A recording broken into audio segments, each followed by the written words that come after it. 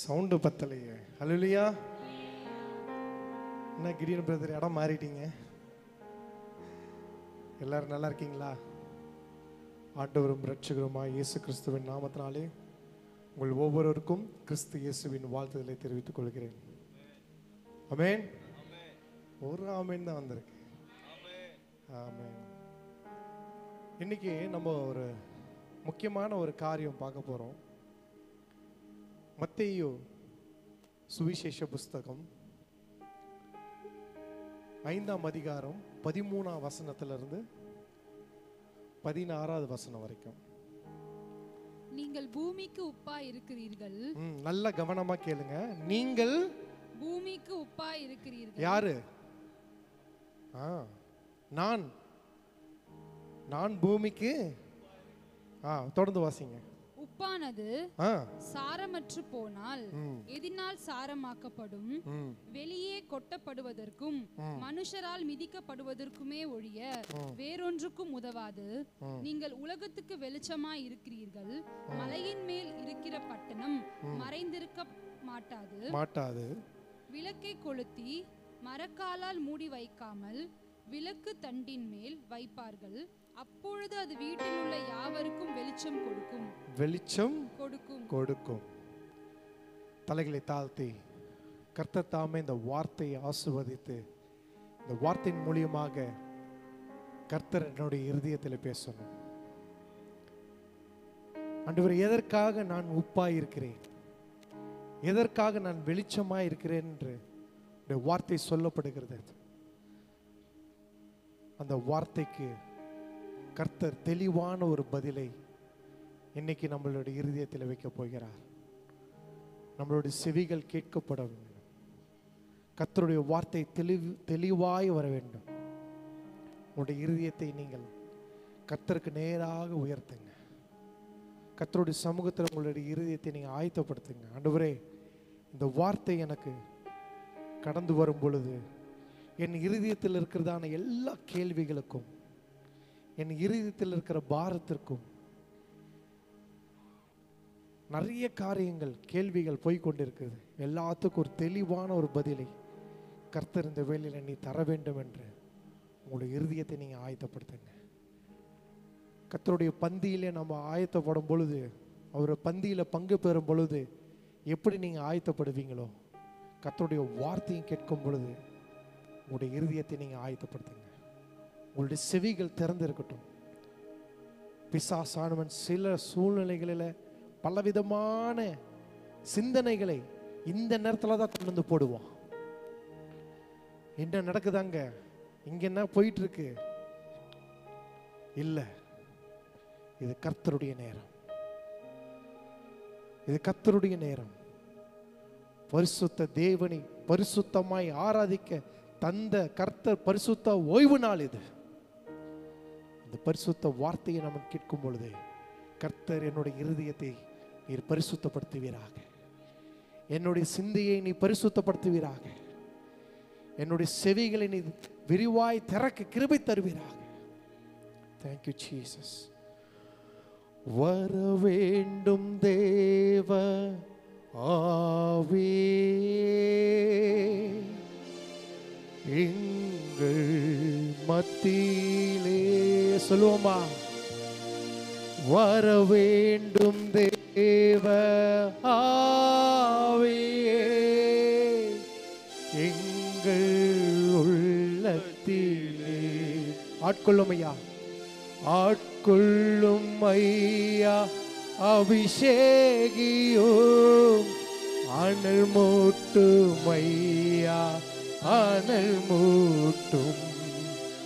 ஆட்கொள்ளும் ஐயா, அபிஷேகியும் அனல் மூட்டும் ஐயா, அனல் மூட்டும். தூய ஆவியே, அன்பின் ஆவியே, துணையாளரே, தேற்றும் தெய்வமே, ஊற்று தண்ணீரே, உள்ளம் ஏங்குதையா. வரவேற்போமா? வர வேண்டும் நல்லவரே வல்லவர். மீண்டும் ஒரு விதமாய் சொல்லுவோமா? வர வேண்டும் நல்லவரே வல்லவரே. ஆமாப்பா, இந்த வேளையில் நீர் வர வேண்டும் ஐயா. பரிசுத்த ஆவியானவரை நாங்கள் வரவேற்கிறோம். நீர் வாரும், நீர் வாரும். எங்கள் உள்ளத்தில் நீர் ஆட்கொள்ள வேண்டும் ஐயா. எங்கள் உள்ளத்தில் நீங்க பேச வேண்டும். ராஜாதி ராஜாவை வரவேற்கிறோம். உலகத்தின் ஒளி நீர். எங்கள் வாழ்க்கைக்கு நீ ஒளியாய் வர வேண்டுமாய் ஜெபிக்கிறோம். Thank you Jesus. ஆண்டவரே, என்னை மறைத்து நீர் வெளிப்பட வேண்டுமாய் ஜெபிக்கிறோம். நீர் பேசும், நாங்கள் கேட்கிறோம். மாறாத மீட்பரே இயேசு கிறிஸ்துவின் நாமத்தில் ஜெபிக்கிறோம் எங்கள் ஜீவன நல்ல பிதாவே. ஆமென், ஆமென். ஒரு கேள்வியோட போயிடலாம்.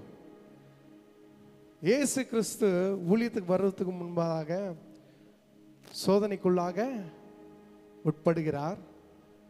அதுக்கப்புறமா என்ன சம்பவம் நடக்குது? ஃபர்ஸ்ட் காரியம் ஒன்று நடக்குது. என்ன நடக்குது? பிசாசுனால சோதிக்கப்படுறாரு.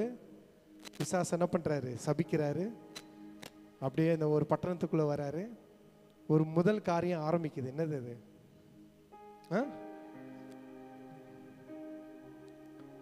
இயேசுவோடைய ஊழியம்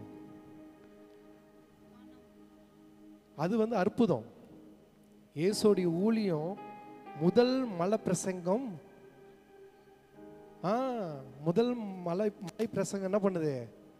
ஆரம்பிக்க போகுது. அந்த மலை பிரசங்கத்துல இருந்து தான் இன்னைக்கு ஒரு வார்த்தையை நம்ம தியானிக்க போகிறோம். ஹல்லேலூயா, ஹல்லேலூயா. இந்த காரியங்கள் நடக்கிறதுக்கு முன்பதாக சில காரியங்களை நம்ம என்ன பண்ணிடுறோம்? பார்த்துடுறோம். இது முதலாவது மலை பிரசங்கமாக இருக்கிறதுனால அநேக ஜனங்கள் என்ன பண்ணுறாங்க?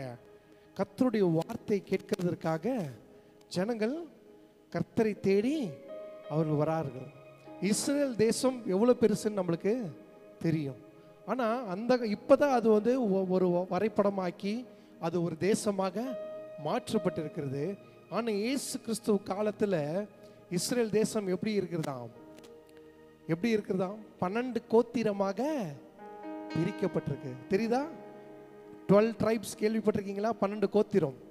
அந்த 12 கோத்திரமாக பிரிக்கப்பட்டிருக்கு. அதனால தான் 4ஆம் அதிகாரத்தில் சொல்லுது, நாசரேத்தை விட்டு நான் வாசித்து கொண்டு இருப்பது 4ஆம் அதிகாரம் 13ஆம் வசனம். 13ஆம் வசனத்தை பாருங்க, அப்பதான் உங்களுக்கு தெரியும்.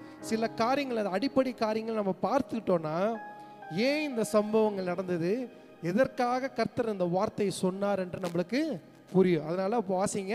நாசரேத்தை விட்டு செபிலோன் நப்தலி என்னும் நாடுகளின் எல்லைகளில் இருக்கும் கடற்கரைக்கு அருகான கப்பர்நாகுமிலே வாசம் பண்ணினார். ஆமென்.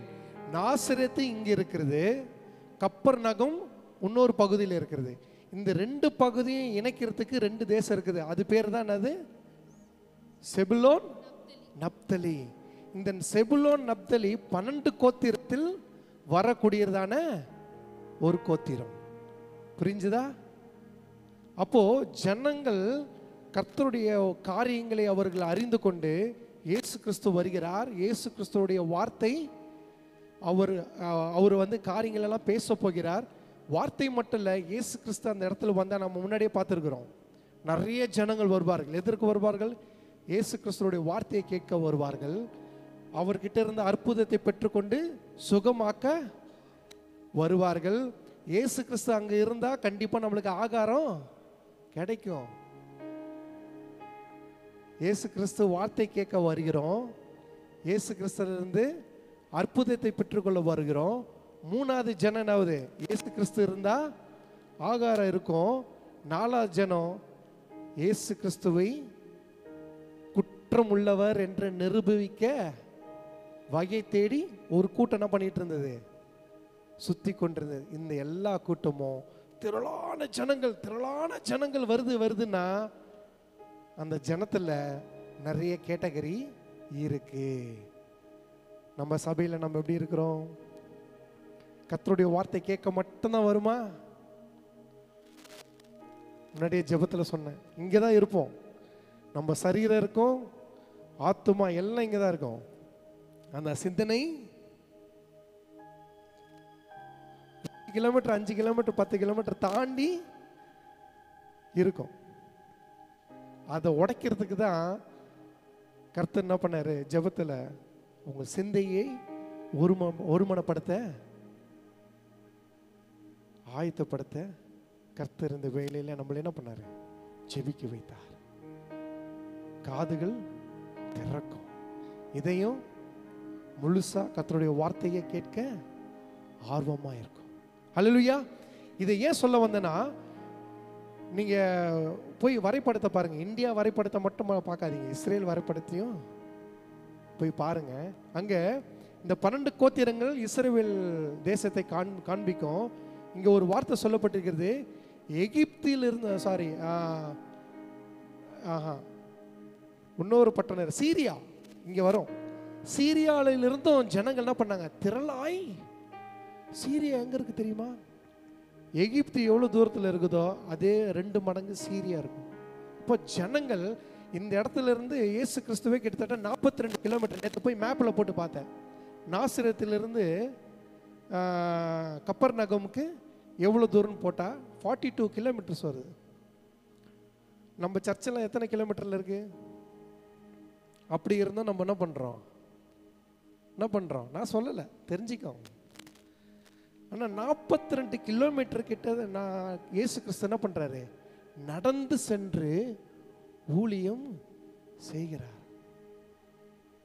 அவர் ராஜ்யத்தை கட்டுவதற்காக அல்ல, பாவத்திலிருந்து நம்ம விடுவிக்கப்பட வேண்டியதற்காக, அவர் ராஜ்யத்திற்குள்ளே சேர்த்து கொள்ளப்படுவதற்காக கர்த்தர் என்ன பண்றாரு, அவ்வளோ பிரயாசப்பட்டு நடக்கிற 42 கிலோமீட்டர் அந்த மனுஷன் இங்கிருந்து பிரயாணப்பட்டு போறாரு. ஆனால் கர்த்தருடைய வார்த்தையை கேட்க ஜனங்கள் 100 கிலோமீட்டர் 150 கிலோமீட்டர்லாம் தான் கடந்து வராங்க. அந்த மேப்பை போட்டு பார்க்கும்போது சில காரியங்கள் கர்த்தர் பேசுறார். எவ்வளோ வாஞ்சியா இந்த ஜனங்கள் இருந்திருக்கிறார். அந்த காலத்தில் ஒரு டிரான்ஸ்போர்ட் கிடையாது, ரோட்வேஸ் கிடையாது.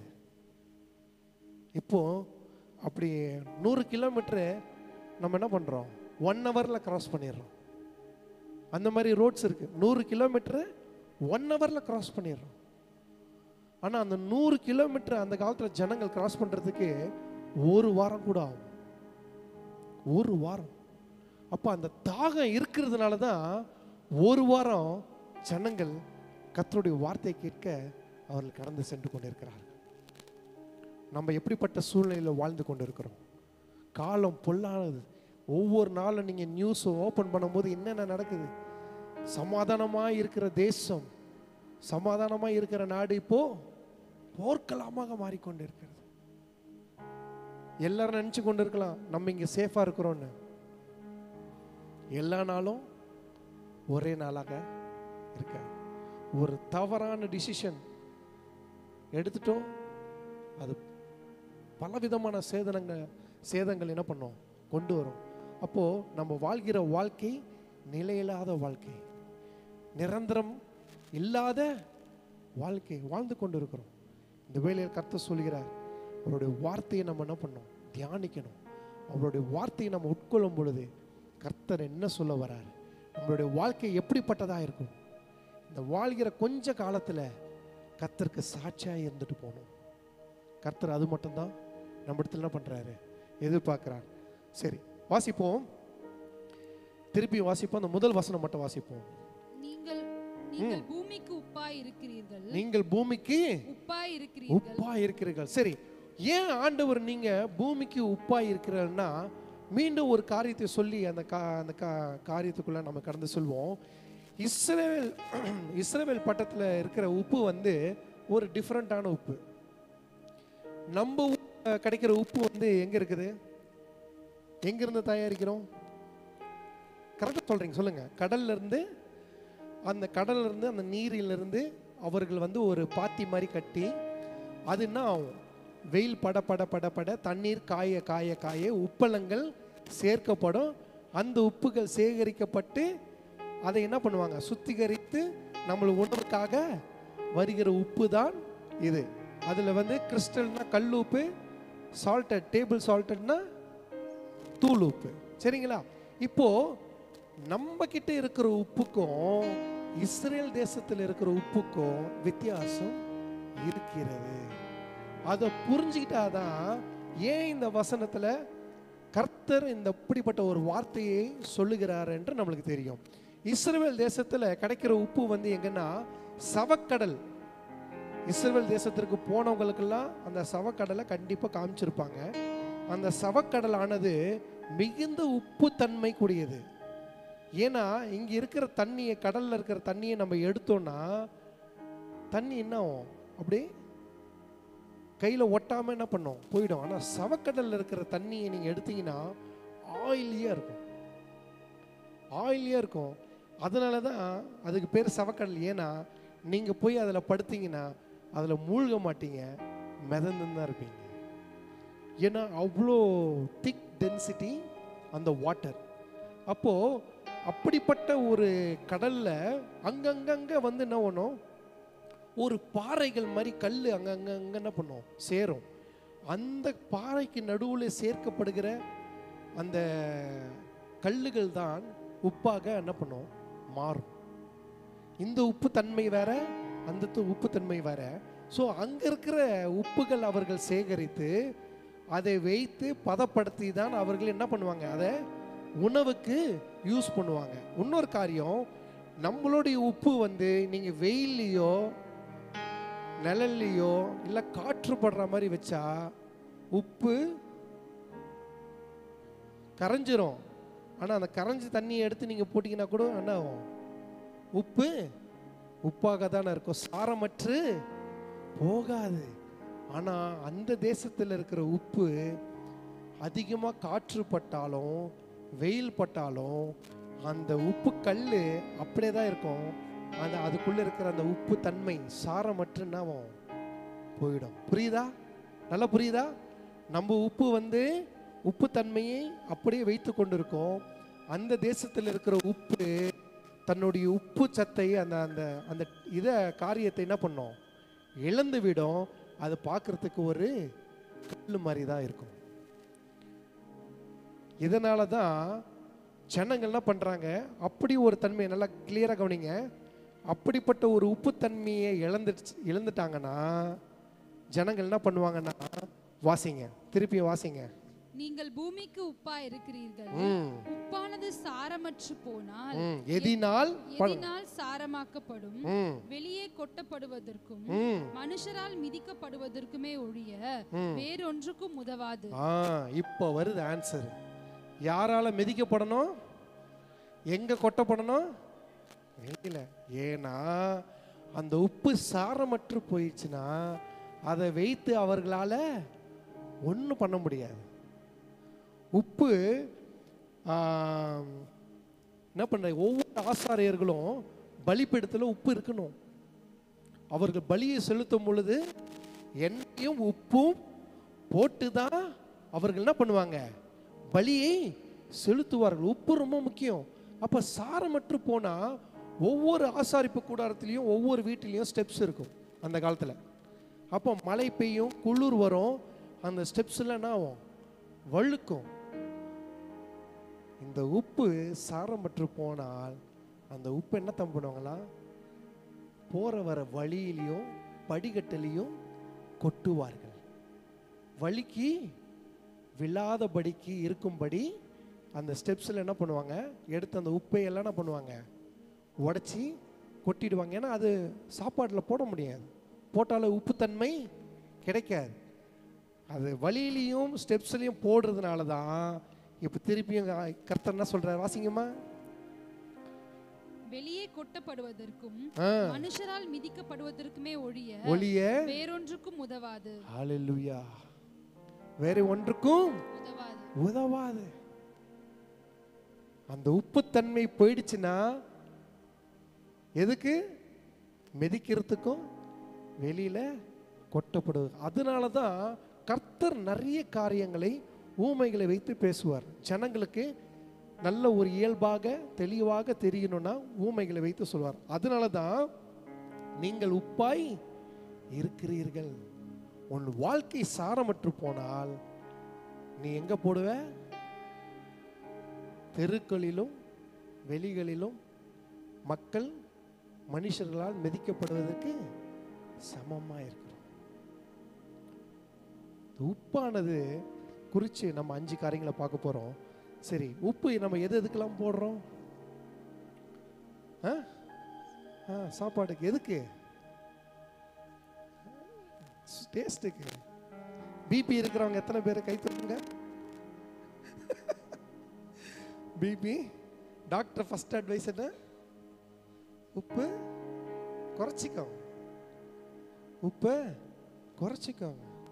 இப்போ உப்பு நம்மளுடைய ஆகாரத்தில். அப்போ இவ்வளோ நேரம் நான் பார்த்தது டேரன் தானா? நான் கூட டேனி தான் நினச்சிட்டு இருந்தேன். இப்போ தான் வந்து உட்காந்துருக்கேன் டேனி. கர்த்தர் நல்லவர். ஓகே, அப்போ உப்பானது எவ்வளோ முக்கியம். ஃபர்ஸ்ட் உப்பு என்ன பண்ணுது? ருசியை கொடுக்கிறது. ருசியை கொடுக்கிறது. அது சாரமற்று போனால் அது ருசி கொடுக்காது. அந்த உப்பு இல்லைன்னா சாதத்தில், சமையலில் உப்பு இல்லைன்னா என்ன ஆகுது? ஒரு பழமொழி இருக்குது, என்னது? குப்பையில். இஸ்ரேல் ஜனங்களுக்கு மெதிக்கிறதுக்கு வெளியில் படிக்கட்டில் கொட்டு போடும். ஆனால் நம்ம பழமொழி எப்படி சொல்லுது? உப்பு இல்லைன்னா, நான் சொல்லலை. இப்போ ஒரு உப்பில்லாத சாப்பாடு ருசி இல்லாமல் இருக்கிறோன்னா கர்த்தர் உங்களை என்ன சொல்றாரு? எதுக்கு உப்பா இருக்கிறீங்க?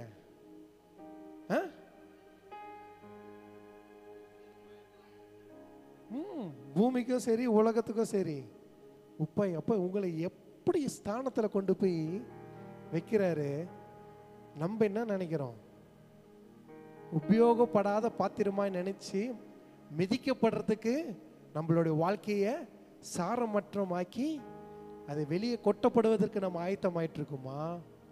இல்ல கர்த்தர் உப்பாய் இருக்கிறீங்கன்னு சொன்னது மற்றவருடைய வாழ்க்கையிலையும் என்னுடைய வாழ்க்கையிலும் நான் ருசி உள்ளவனாய் மாற ஆயத்தமாயிருக்கிறேனா? நம்மளுடைய வாழ்க்கை நம்மளுடைய வாழ்க்கைக்கு மட்டும் ருசியாக இருக்கிறது மாத்திரம் இல்லை, பிறருக்கும் நான் ருசி உள்ள பாத்திரமாய் மாறணும். ஹல்லேலூயா, ஹல்லேலூயா. உப்பானது ருசியை கொடுக்கும். ரெண்டாவது காரியம், உப்பு என்னென்னலாம் பண்ணும்? உப்பு எதுக்கெல்லாம் பயன்படுத்துவாங்க?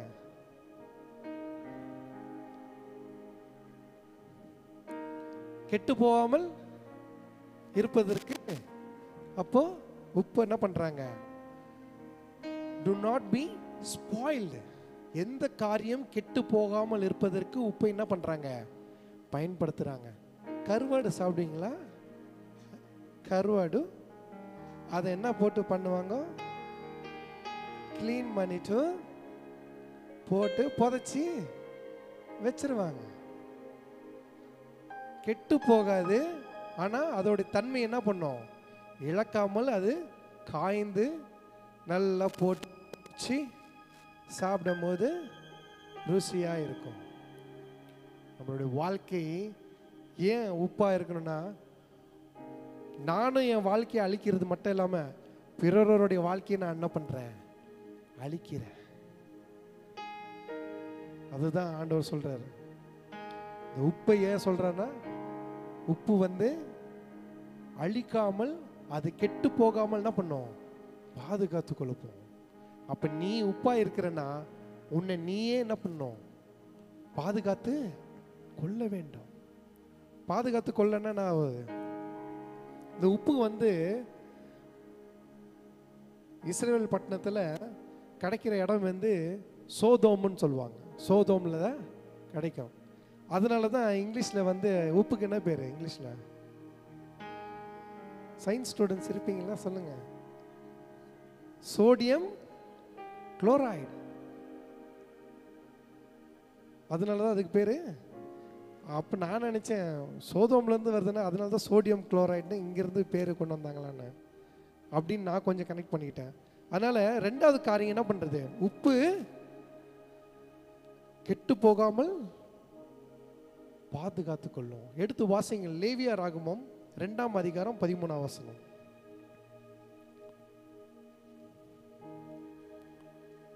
லேவியராகமம் 2ஆம் அதிகாரம் 13ஆம் வசனம். ம் ம் ம் ம் ம் உப்பையும் நம்மளுடைய சரீரத்தை அந்த காலத்துல தேவனுக்கு படைக்கிறதுக்கு என்னது, ஏதாவது ஒரு ஜீவனை, மிருக ஜீவனை என்ன பண்ணணும், பலியிட்டு அதுக்கு அதை வாட்டி சாம்பல்லாம் போட்டு உப்புலாம் போட்டு என்ன பண்ணுவாங்க, அப்படிதான் படைப்பார்கள். ஆனா பழைய ஏற்பாடு காலத்துலலாம் போய் புதிய ஏற்பாடு காலத்துல நம்ம என்ன பண்ணோம், என்னுடைய சரீரத்தை கர்த்தருக்கு ஜீவ பலியாக, அவர் நம்மளை சொல்லதான் செய்யறாரு, ஜீவ பலியாக ஒப்பு கொடுக்கறதுக்கு ஆயத்தமா இருக்கணும். ஆனா கர்த்தர் நம்மளுடைய கண்களுக்கு முன்பாக ஜீவ பலியாகி நம்மளுக்கு முன்மாதிரியாய் காற்றி விட்டு என்ன பண்ணாரு, கடந்து சென்று விட்டார். ஹல்லேலூயா. சோ முதலானது உப்பானது என்ன கொடுக்கும், ருசி. ரெண்டாவது உப்பு கெட்டு போகாமல் அதை பாதுகாத்து கொள்வதற்கு உப்பு முக்கியமான ஒரு காரியமா இருக்கிறது. மூன்றாவது உப்பானது குணப்படுத்தும். That salt has healing capacity. Salt has cleaning capacity. அதுக்கு ஒரு காரியம் ஒன்று சொல்லட்டுமா? நம்ம வீட்டிலலாம் திடீர்னு நீங்கள் அப்பளம் பொரிக்கிறீங்க, ஏதோ ஒன்று எண்ணெய் பட்டுடுச்சுன்னா ஃபஸ்ட்டு என்ன பண்ணுவீங்க, உப்பு எடுத்து, ஏன் உப்பு எடுத்து வைக்கலன்னா என்ன ஆகும், வாங்கியிருக்கீங்க போல இருக்கு நிறைய, கொப்பளம் வந்துடும். டக்குன்னு நீங்கள் உப்பை வச்சிட்டிங்கன்னா அந்த கொப்பளத்துக்குள்ளே வர்றதுக்கு அந்த நீர் இருக்குது தெரியுமா, அந்த நீரை வர விடாது. இதை நான் கண்கூட பார்த்துருக்கேன். எப்படின்னா, நாங்கள் கொஞ்ச நாள் மதுரவாயலில் எம்எம்டியில் ஒரு இடத்துல இருக்கிறோம். அப்போது என்னுடைய பெரிய அக்கா என்ன பண்ணுவா, நல்ல ஒரு காப்பர் பாட்டம் இருக்கும் தெரியுமா, கடாய் காப்பர் பாட்டம், அதெல்லாம் அடுப்பில் வச்சா டக்குன்னு சூடாயிடும். சூடு நீங்கள் கேஸ் ஸ்டவ் ஆஃப் பண்ணாலும் அந்த சூடு சீக்கிரத்தில் இறங்காது, ஏன்னா பித்தளை அப்படியே பிடிச்சி வச்சுருக்கோம். ஓகே, அப்போ அந்த கடாயில் உளுத்தம்பருப்பு போட்டு நல்லா என்ன பண்ணாங்க, என்னுடைய பெரிய அக்கா, அப்போ கீழே இருக்காங்களா, அவங்க கேட்குறாங்களான்னு தெரியல, வறுத்துட்டு மா வறுத்தது போதுமான்ட்டு கொண்டு வந்து காமிச்சாங்க. யார்கிட்ட, ஒரு பெரிய அறிவாளி பின்னாடி.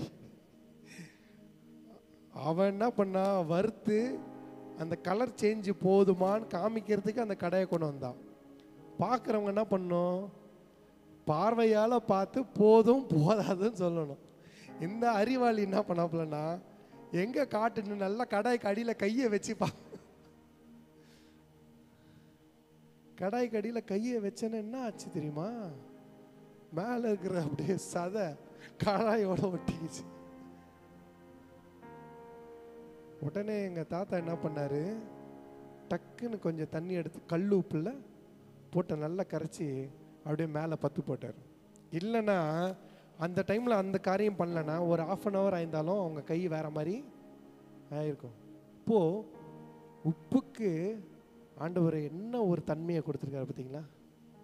உப்பு ருசி கொடுக்கறது மட்டும் இல்லை, உப்பு கெட்டு போகாமல் பார்த்துக்கிறதுக்கு மட்டும் இல்லை, உப்பு குணப்படுத்தக்கூடியதான ஒரு சாராம்சத்தை கர்த்தர் பண்ணியிருக்கிறாரு, உப்புக்குள்ளே வச்சிருக்கிறாரு. அந்த உப்பை தான் உன்னையும் என்னையும் ஒப்பிட்டு பேசி கொண்டிருக்கிறார். ஹல்லேலூயா, ஹல்லேலூயா. இப்போ என் சரீரத்தில் எப்படிப்பட்ட பலவீனமாக இருந்தாலும் கர்த்தருடைய வார்த்தையான அந்த உப்பு என் சரீரத்தின் பலவீனத்தை கர்த்தர் என்ன பண்ணுவார், அதை குணப்படுத்துவார், மாற்றி போடுவார். விசுவாசிக்கிறீங்களா, விசுவாசிக்கிறீங்களா? அது எப்படி, அது கொப்பளமாக இருந்தாலும் சரி, எதுவாக இருந்தாலும் சரி, நான் விசுவாசிக்கிறேன். நீங்கள் உப்பா இருக்கிறீங்கன்னா அந்த உப்பு எனக்குள்ள இருக்கும் பொழுது எனக்குள்ளா இருக்கிற எல்லா பலவீனங்களை கர்த்தர் என்ன பண்ணுவாரு? மாற்றி போடுவார். நீ விசுவாசித்தால் தேவனுடைய மகிமை, நீ விசுவாசித்தால் உன் விசுவாசத்தின்படியே ஆகக்கடவும். அல்லேலூயா. அப்போ உன்னுடைய சரீரத்தை அந்த உப்பானது குணப்படுத்தும் பொழுது நீ கர்த்தருக்கு உப்பான ஒரு வாழ்க்கை வாழ்ந்து கொண்டிருந்தால், நீ உலகத்துக்கு உப்பாய் இருந்தால், நீ மற்றவர்களை குணப்படுத்தக்கூடிய ஒரு பாத்திரமாய் கர்த்தர் உன்னை வைப்பார். அல்லேலூயா. உன்னை ருசியான பாத்திரம் மாத்திரமல்ல, கெட்டு போகாமல் நம்மளுடைய ஆத்துமாவை காத்து கொள்கிற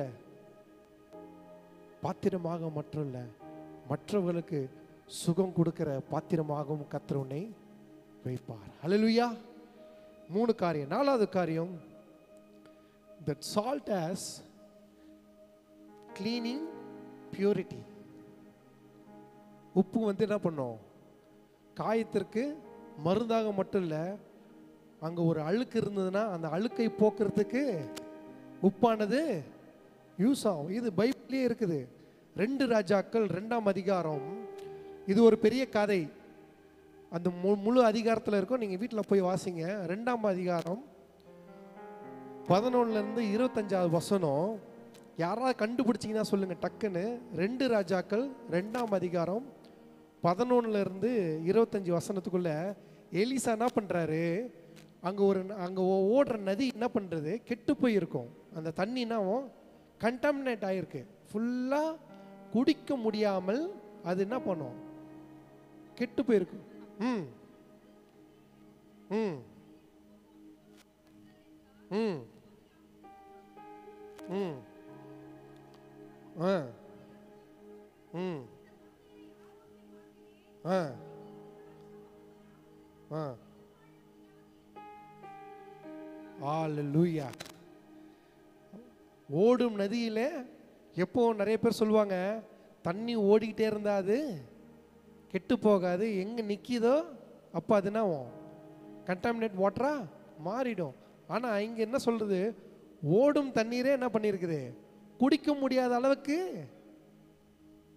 அப்போது கர்த்தர் எலிசாவுக்கு என்ன சொல்கிறாரு? உப்பை கொண்டு போய் என்ன பண்ணு, அங்கே போடு, அது சுத்தமாக்கப்படும், மற்றவர்களுக்கு அது பிரயோஜனமாக மாற்றப்படும். நம்மளுடைய வாழ்க்கை இப்படிப்பட்ட ஒரு வாழ்க்கையாக இருக்கணும். மற்றவர்களுக்கு பிரயோஜனம் உள்ள வாழ்க்கையாக கர்த்தர் என்ன பண்ணுறாரு? மாற்ற போகிறார். 5வது காரியம், உப்பு பார்க்கும் போது எப்படி இருக்கும்? வெள்ளையாக இருக்கும், கிறிஸ்டல் கல்லு கல்லாக இருக்கும், இல்லைன்னா சால்ட்டடாக இருக்கும். தண்ணிக்குள்ளே போட்டால் பார்க்க முடியுமா? பார்க்க முடியாது. இதுதான் இன்னொரு காரியம் சொல்கிறேன். It will dissolve. உப்பு தண்ணீருக்குள் போட்டால் மறைந்து விடும். நம்மளுடைய வாழ்க்கையிலையும் கர்த்தர் நம்மளை உப்பாயை வச்சிருக்கிறாரு. ஆனால் நம்மளுடைய வாழ்க்கையில் மறைக்கப்பட்ட காரியங்கள் நிறைய இருந்து கொண்டு தான் இருக்கிறது. எனக்கு தெரியும், உங்களுக்கு மட்டும்தான் தெரியும். ஆனால் எனக்கும் உங்களுக்கும் நம்மளுடைய வாழ்க்கையில் தெரியுறத கர்த்தருக்கு தெரியும்ட்டு சில நேரங்களில் நம்ம என்ன பண்ணுறோம்? மறந்து விடுறோம். உலகத்தின்படி போய் நம்ம அப்படியே மறைந்து கொள்கிறோம். உலகத்தின் வாழ்க்கையாகவே நம்ம என்ன பண்ணுறோம்? அப்படியே மெர்ஜ் ஆயிடுறோம். அதற்காக அழைக்கப்பட்டவர்கள் நாம கிடையாது. நம்மளோட கிறிஸ்தவ வாழ்க்கைனா ஒரு தனிப்பட்ட வாழ்க்கை. ஃபாதர் பெர்க்மன்ஸ்லாம் சொல்லியிருக்காரு, இடுக்கமான வாசல் வழியே நுழைந்து சென்றிடுவோம். உன் வாசல் அகலமா இருக்கிறதுனா, விசாலமா இருக்கிறதுனா, அது கர்த்தருடைய வழியா இருக்காது. கர்த்தருடைய வழினா இடுக்கமான வாசல். நீ ஒவ்வொரு வாட்டி இடிப்படும் பொழுது கர்த்தரை நினைப்பேன். உன் வாழ்க்கையும் அகலமா விசாலமான ஒரு வாழ்க்கையை நீ நடந்து போயிட்டு இருந்தீங்கன்னா நீ உன்னை மட்டும் தான் நினைச்சிட்டு போவ. உன்னை உருவாக்கி உன்னை மட்டுமாய் வைத்து உன்னை ஆசீர்வதித்து உன்னை பெருமைப்படுத்தின தேவனை நம்ம என்ன பண்ணுவோம்? மறந்துடுவோம். நம்ம உப்பா இருக்கிறோம்னா மற்றவர்களுக்கு ரிஸ்க் கொடுக்குற வாழ்க்கையா இருக்கணும். கெட்டு போகாத வாழ்க்கையை கர்த்தருடைய சமூகத்தில் நம்ம என்ன பண்ணோம்? வாழ்க்கையை பாதுகாத்து கொள்ளணும். 3வது குணமாக்குதல். 4வது பியூரிட்டி, கிளீனிங். நாம என்ன பண்ணோம்? சுத்திகரித்து கொண்டே இருக்கணும். பரிசுத்த ஆவியானவர் நம்மோடு இடைப்படும் பொழுது என்னுடைய ஆத்துமாவை கர்த்தர் என்ன பண்ணும்? அனுதினமும் ஆண்டவரே என்னை சுத்திகரிங்க, சுத்திகரிங்க, அனுதினமும் என்ன சுத்திகரிங்க, இந்த ரட்சிப்புக்குள்ளாக என்ன பண்ணுங்க? வழி நடத்துங்க. 5வது உலக பிரகாரமாய் நான் மறைந்து போகாதபடிக்கு கர்த்தருக்காக நான் பண்ணோம் எலும்பி பிரகாசிக்கிற ஒரு பாத்திரமாய் கர்த்தர் என்னை வைக்க வேண்டும். கர்த்தர் தாமே உங்களை ஆசீர்வதிப்பாராக. ஆனால் மெசேஜ் முடிச்சிட்டேன் நினைக்காதீங்க. ஹல்லேலூயா. 30ஆமா பார்த்துருக்குறோம். அடுத்தது என்ன பார்த்துருக்கணும்? வாசிமா அந்த 3 வசனத்தை திருப்பி வாசி. அப்பதான் ஜனங்கள் ஞாபகம் வரும். விளக்கை கொளுத்தி ஷைனி பாரு உசாரு. திருப்பி ஏன் நான் ஃபர்ஸ்ட்ல இருந்து வரணும்? ஃபர்ஸ்ட்ல இருந்து வாசி வா. நீங்கள் 13ல இருந்து. நீங்கள் பூமிக்கு உப்பா இருக்கிறீர்கள். உப்பானது சாரமற்று போனால் எதினால் சாரமாக்கப்படும்? வெளியே கொட்டப்படுவதற்கும் மனுஷரால் மிதிக்கப்படுவதற்குமே ஒழிய வேறொன்றுக்கும் உதவாது. ஆமென். நீங்கள் உலகத்துக்கு வெளிச்சமா இருக்கிறீர்கள். இப்பதான் நம்ம என்ன பண்றோம்? சால்ட் பார்த்தாச்சு. இப்ப என்ன பண்றோம்? லைட்டுக்குள்ள வரும். லைட் வேணாமா? வேணும்ல. லைட்டை பார்த்துருவோம். வாசிமா. நீங்கள் உலகத்துக்கு வெளிச்சமா இருக்கிறீர்கள். மலையின் மேல் இருக்கிற பட்டணம் மறைந்திருக்க மாட்டாது. விளக்கை கொளுத்தி மரக்காலால் மூடி வைக்காமல் விளக்கு தண்டின் மேல் வைப்பார்கள். அப்பொழுது அது வீட்டில் உள்ள யாவருக்கும் வெளிச்சம் கொடுக்கும். போதும். விளக்கை கொளுத்தி மரக்காலான மூடி வைக்காமல் விளக்கை தண்டின் மேல் வைப்பார்கள். அப்பொழுது அது வீட்டில் உள்ள யாவருக்கும். இதுலயே ஆன்சர் இருக்கு. நம்ம படிச்சோம்னா ஆண்டவரே நம்மளுக்கு நிறைய காரியங்கள்லாம் பண்ணுவார், சொல்லுவார். இதை ரெடி பண்ணிக்கிட்டு 4-5 பாயிண்ட் எழுதிக்கிட்டு இங்கே வந்து பிரசவம் அக்கா என்ன அவசியமே இல்லை. நீங்களா வாசிங்க, கர்த்தர் உங்களோட இடைப்படுவார். நான் பேசி கர்த்தருடைய வார்த்தை நீங்கள் புரிஞ்சுக்கிறதோட டைரெக்டாக அவரே பேசும்போது அந்த மெல்லிய சத்தம் உங்களுக்கு அருமையாக இருக்கும். புரியுதா? டைரெக்டாக நீங்கள் கனெக்ஷன் பேசும்போது இருக்கிற கிளாரிட்டியோ டிஃப்ரெண்ட்டு. யாராவது ஒருத்தர் கான்ஃபரன்ஸ் கால் போட்டு நீங்கள் கேட்குறது ஒரு லைன் டிஸ்டர்பன்ஸ் இருக்கும், வாய்ஸ் கிளாரிட்டி இருக்காது. அதுதான் திருப்பி திருப்பி சொல்கிறேன். ஆண்டவருடைய வார்த்தையை நீங்கள் தியானிக்கும் பொழுது, ஆண்டவரே எனக்கு புரியல, இது என்ன காரியத்தை நீங்கள் எனக்கு விவரிங்கன்னா, அப்போ தெரிவிக்கலைன்னா கூட உன் வாழ்க்கையில் ஒரு காரியம் நடக்கும் பொழுது அந்த வார்த்தை இதுதான் அர்த்தம்னு கர்த்தர் என்ன பண்ணுவார்? புரிய வைப்பார். அந்த சூழ்நிலை நிமித்தம் கர்த்தர் அந்த வார்த்தைகளை உங்களுக்கு விவரிக்க செய்வார், உங்களுக்கு புரிய வைப்பார். நான் இந்த எனக்கு புரியல உடனே பேசுனா அந்த நேரத்துக்காக கர்த்தர் ஆயத்தப்படுத்தி வச்சிருப்பார். அந்த நேரத்தில் தான் உங்களை பேசுவாங்க. ஓகே, அடுத்தது பார்ப்போம். லைட். லைட்டுனாவே பைபிளே போட்டிருக்கு, யார் இந்த உலகத்திற்கு வெளிச்சம்? யாரு? இயேசு கிறிஸ்து தான் இந்த உலகத்திற்கு வெளிச்சமாக இருக்கிறார். He is the light of the world. தேவன் இந்த உலகத்தில் வெளிச்சம் கொண்டு வருவதற்கு சந்திரனையும் சூரியன் என்ன பண்ணாரு? படைச்சாரு. ஏன் அதை படைச்சாரு? பூமியானது இருளினால் சூழப்பட்டதுனால அமைச்சாரு. ஆனா திருப்பியும் நம்ம பூமி என்ன பண்ணுது? இருண்டுதான் போயிருந்தது. எதனால? கரெக்டா சொல்றீங்க, சொல்லுங்க. பாவத்தினால. பாவத்தினால இருண்டு போனதுனால இதுக்கு மேல வழியே கிடையாது. என் குமாரன் நான் என்ன பண்ணோம், இந்த பூமிக்கு அனுப்பணும்.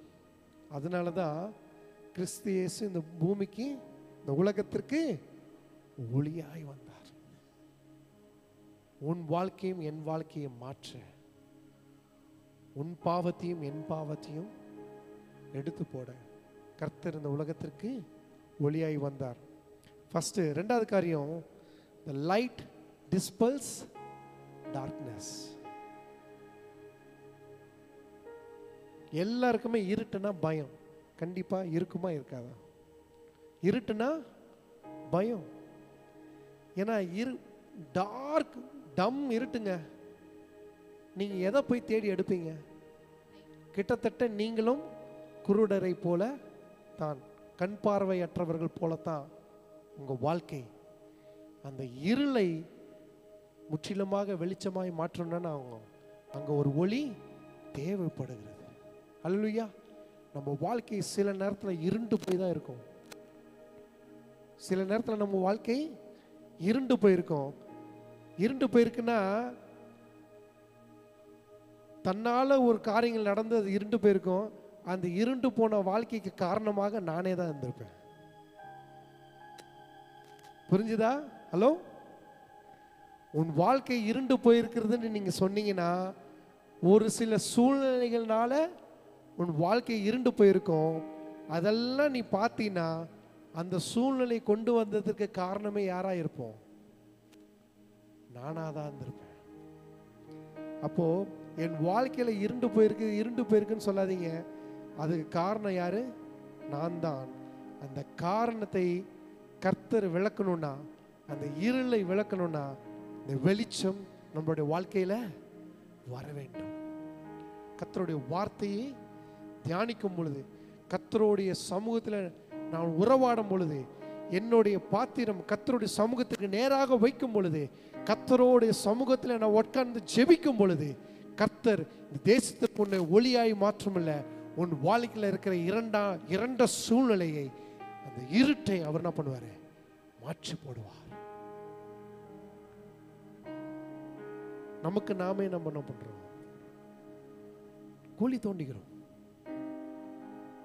வாழ்க்கை இருளா இருக்கிறதுனா அது என்னாலதான்.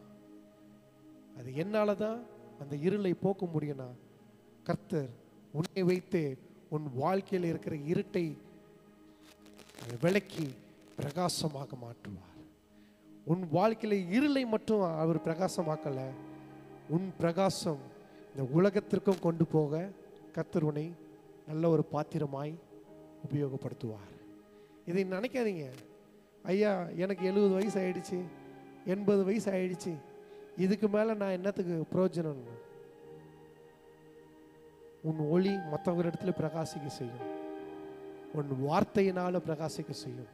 நீ செய்கிற செயலினால் பிரகாசம் செய்யும்.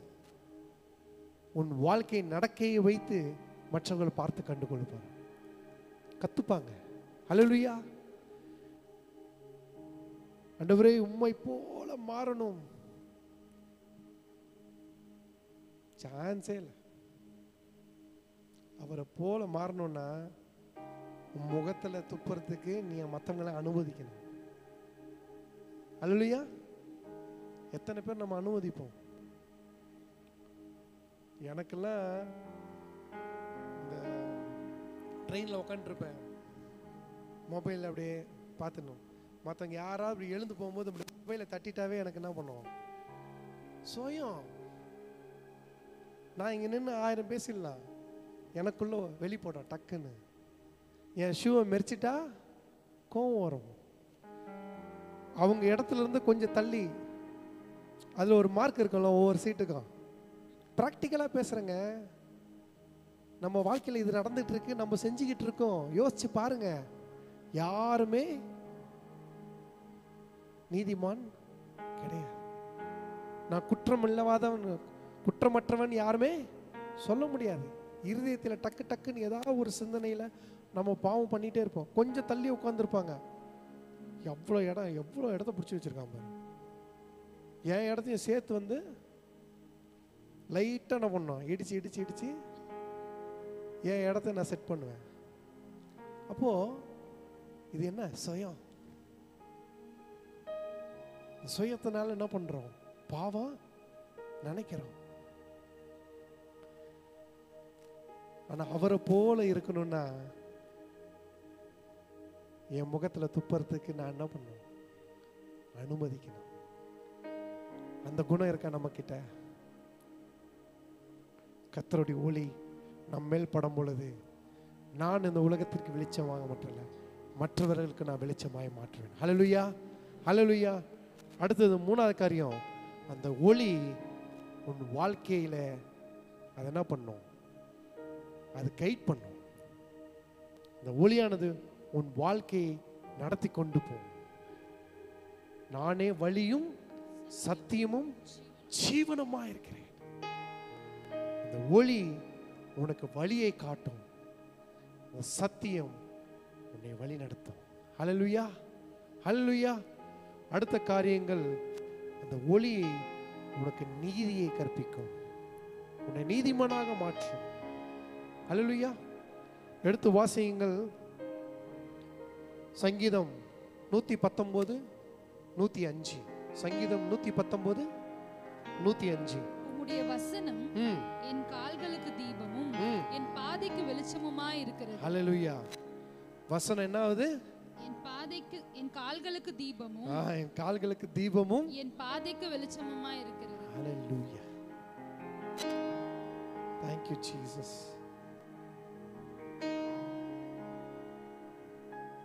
கடைசியாக அந்த ஒளி நீ நடக்கும் திசையெல்லாம் உன்னை பின்தொடரும்.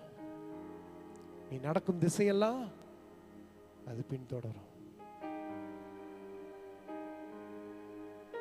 இயேசு கிறிஸ்து பிறந்துட்டாருன்னு என்ன ஆதாரமா இருந்தது? நட்சத்திரம்.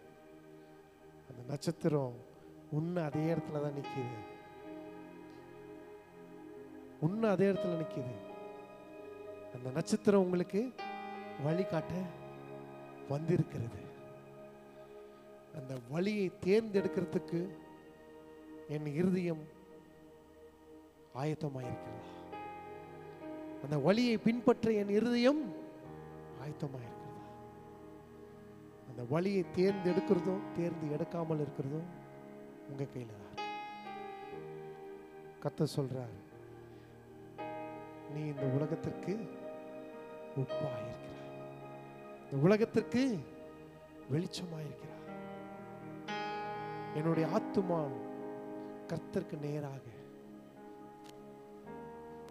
நான் உப்பாயிருக்க, ருசியுள்ளவனாக இருக்க, என் வாழ்க்கை கெட்டு போகாமல் பாதுகாத்துக்கொள்ள. மூணாவது என்னது? என் வாழ்க்கை சுகப்படுத்திக் கொள்ள, மற்றவர்களுக்கு நான் பிரயோஜனமாக இருக்கேன். நாளது என்னோட வாழ்க்கை ஒரு பரிசுத்தமாக இருக்கேன். எனக்குள்ள இருக்கிற குணாதிசயங்கள், கெட்ட குணாதிசயங்கள் எல்லாம் மறைத்து கர்த்தரை வெளிப்படுத்த. இது நம்மளுடைய தனிப்பட்ட வாழ்க்கைக்கு மட்டும் இல்லை, இது சபைக்கும் தேவை. நம்ம சபை உப்பாய் இருக்கணும். ஹல்லேலூயா. நம்மளுடைய சபை உப்பாய் இருக்கணும். மற்றவர்களுக்கு ருசி உள்ளவர்களாக இந்த சபை இருக்கணும். வருகிறவர்கள் எல்லாரும் சுகப்பெற்றுக்கொண்டு என்ன பண்ணணும்? போகணும். அப்போ இங்க நிறைய உப்பு இருந்தால் தான் வரவங்களுக்கு உப்பு. ஹல்லேலூயா, ஹல்லேலூயா. இங்கேயே உப்பு வந்து ஷார்ட்டேஜாக இருந்தா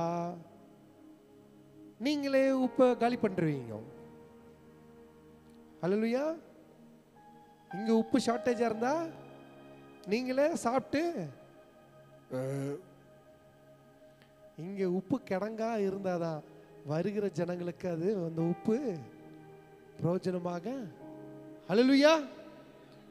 அப்போ நம்ம சபை என்ன பண்ணோம்? உப்பான சபையாக மாற்றணும். மற்றவர்களுக்கு ஒளி கொடுக்கிற சபையாக கர்த்தர் என்ன பண்ணணும்? நம்ம சபையை மாற்றணும். கர்த்தர் அந்த சபையை மாற்றணும்னா ஃபர்ஸ்ட் மாற்றம் எங்கிருந்து வரணும்? என்ன இடத்துல இருந்து வரணும்? அது சபைக்கு மாறும். சபையில இருந்து மற்றவர்களுக்கு இங்க என்ன பண்ணோம், கடந்து செல்லும். ஹல்லேலூயா, ஹல்லேலூயா. உங்களுடைய இருதயத்தை என்ன பண்ணுங்க, கர்த்தருடைய சமூகத்திற்கு ஆயத்தப்படுத்துங்க. இந்த வார்த்தை கேட்கும் பொழுது கர்த்தர் உங்களோட இடைப்பட்டார் என்று நான் விசுவாசிக்கிறேன். நீங்க சொல்லுங்க, வீட்டுக்கு போங்க, ஆண்டவரே என்னை உப்பாக வைங்க, என்னை ஒளியாக, நான் இந்த உலகத்திற்கு உப்பாக இருக்க, இந்த உலகத்திற்கு வெளிச்சமாக இருக்க என்னை ஆயத்தப்படுத்துங்க. அதுக்கு முன்னாடி உங்கள் குடும்பத்திற்கு நீங்கள் உப்பாக இருக்கணும், வெளிச்சமாக இருக்கணும். புரிஞ்சுதா? நம்ம குடும்பத்துக்கு உப்பாக இருக்கும்போது வெளிச்சமாக இருக்கும்போது தான் உலகத்துக்கு எடுத்தோன உலகத்துக்கு வெளிச்சம். ஃபஸ்ட்டு இந்த சட்டியில் என்ன பண்ணு, குதிரையை ஓட்டு, அப்புறமா ஹல்லேலூயா. கர்த்தர் தாமே உங்களை ஆசீர்வதித்து உங்களை காப்பாராக. தலைகளை தாழ்த்தி ஜெபிப்போம். எங்களை அதிகமாக நேசிக்கும் எங்கள் அன்பின் பரலோக தகப்பனே, இந்த ஆசீர்வதிக்கப்பட்ட இந்த நாளிலே ஆண்டவருடைய வார்த்தையை கேட்கும் பொழுது கர்த்தர் நீர் எங்களுக்கு தெளிவாய் சொல்லியிருக்கிறீர். இந்த உலகத்திற்கு நீர் உப்பாய் இருக்கிறீர், இந்த உலகத்திற்கு நீ வெளிச்சமாக இருக்கிறீர் என்று நீர் எங்களை தேர்ந்தெடுத்ததுக்காக நன்றி Raja. First we are so thankful that you have chosen us to be a salt and light for this world, Lord. You have given that much authority. I'm so glad and I'm so thankful to you, Lord. அப்படி ஒரு பாத்திரமாக நீங்க எங்க வைத்ததுக்காக நன்றி ராஜா. இப்படிப்பட்ட ஒரு ஸ்தானத்தை யாராலும் கொடுக்க முடியாது. ராஜாதி ராஜா, தேவாதி தேவன் நீர் எங்களுக்கு இந்த ஸ்தானத்தை கொடுத்ததுக்காக நன்றி. அப்படிப்பட்ட ஒரு பாத்திரமாய் என்னை மகிமைப்படுத்தி வைத்ததுக்காக நன்றி. மகிமை உம்மாலே வந்தது. நாங்கள் எல்லாம் ஆயத்தப்பட்டு, நாங்கள் எல்லாம் ஒன்று சேர்ந்து என் தேவாதி தேவனை, என் ராஜாதி ராஜாவை என் வாழ்க்கையின் மூலியமாக நான் உம்மை மகிமைப்படுத்துகிறேன். Thank you, Jesus. We want to give all glory and honor to you, Lord, because you deserve the glory and honor and praise.